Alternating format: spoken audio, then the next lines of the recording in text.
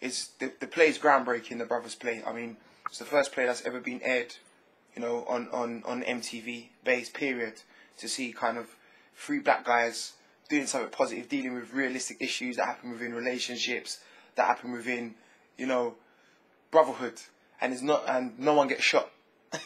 You know, it's not a negative type of play. It's not based on violence. It's not based on the road. It's just dealing with real issues that we go through as black men, because there is black men that work in the city, black men that live in penthouses. You know, we don't all just, you know, come from the slums and stay in the slums. So we also got to show the youth them another side of life, and show that, yeah, we do live good, and these are the trials and tribulations of being free, good looking black men. Not saying that I'm black good looking, but that's what the play's based on. It was kind of weird how the Brothers came about. I was actually, at the time, I was driving home from a gig, and I'll never forget, I was in the M1, and I got a phone call from Jason Barrett, who's in the Brothers, who's also a cage fighter, and a very good friend of mine. And he rang me, he said, you know, Richard Blackwood's kind of, whatever, stepping down, or whatever politics was going on there. I don't really get involved in that.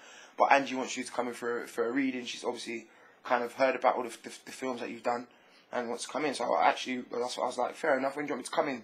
Next week? He was like, no, tomorrow. So I came in, and then by 4 o'clock the next day the deal was done. Just went in there, done the improvisation, smashed it, and then we literally started rehearsing the week after.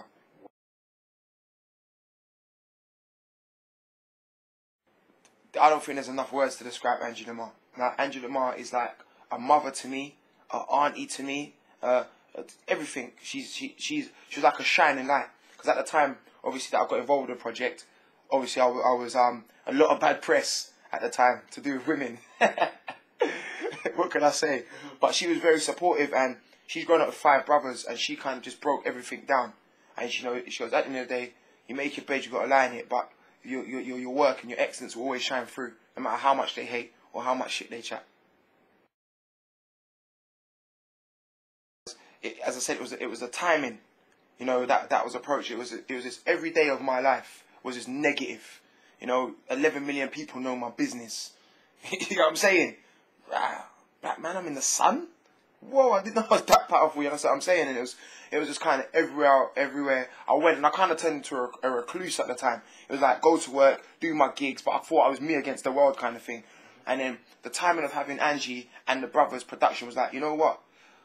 We're doing the first show in Birmingham, in Aston. I'm thinking, my God, these women are going to murder me. You know what I'm saying? They're going to go mad. But I'm a warrior. I don't fear nothing. You know what I mean? I fear God. So I was just like, at the end of the day, face it now. There's no point in hiding, be a recluse for 6 months and then come out. Because it looks like you've got something to hide. And then once I've done that play and I've seen kind of the reception of how powerful my fan base is, as soon as I walked on, people just screamed straight away. You know what I mean? I heard a few people kissing their teeth, but that's obviously women that's had their heart broken. That's understandable, isn't it? So, but apart from that, it was just like, it changed my life. The character's very close to home too. Very close to home. You know what I'm saying? So it was groundbreaking, and it was positive. And being around that cast, Chucky Venice, Michelle Gale, Kelly Bryan, it was realness. I never got paid an amazing amount of money to do the Brothers. They couldn't even afford the fee, obviously, that I got for. It wasn't about the money. It's about the love and being around real black people, and it was like a family. You know what I'm saying? We all mucked in. You know what I'm saying? It was positive.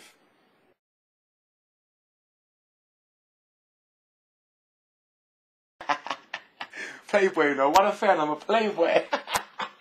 The character, it is very close to home, and it was easy for me to get into that character, because when I'm acting, there's Michael Harvey don't exist. I'm who I am. I was Michael Simmons. That was my character in the Brothers. But the fact is, you know, it was a guy that didn't really take relationships serious. You know, I'm not that type of person. So he was like kind of the real slumdog of women. You know what I mean?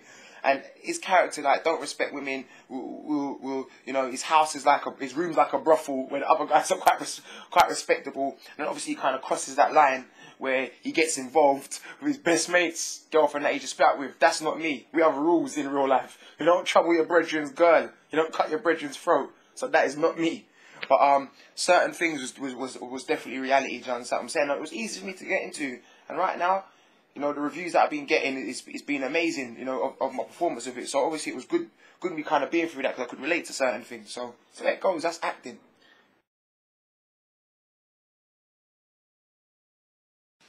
honest to God's truth, when I read the script, no. Because he's a joker. That's the way he gets away with it. Because no matter what, you still love him by the end of it. Because you can see that he's got a heart. And then when he obviously, I think he ain't had a woman, Michael Simmons, that loves him. So when he finds that woman in the play, you kind of realise that he was just looking for a real love and a real woman that he could trust. The other women he just didn't respect. It was just sex. You know what I mean? So he was just kind of looking for a woman that could be his wife, that he could start a family with. And then you kind of see his kind of, you know, feeble side to him when he starts spreading his emotions. So halfway through the play, people was like, this is a bit close to home. But then by the flip side of it, they thought, this happens to black men. This happens to men. Forget the colour. It happens in general. How many men can sit here right now and say they have woman problems? Come on. Billions. And women will probably say the same about men. You can't win. You can't win. But yeah, it was definitely a fine line. I'm not gonna lie, but I don't care, man. I love a challenge. I don't care.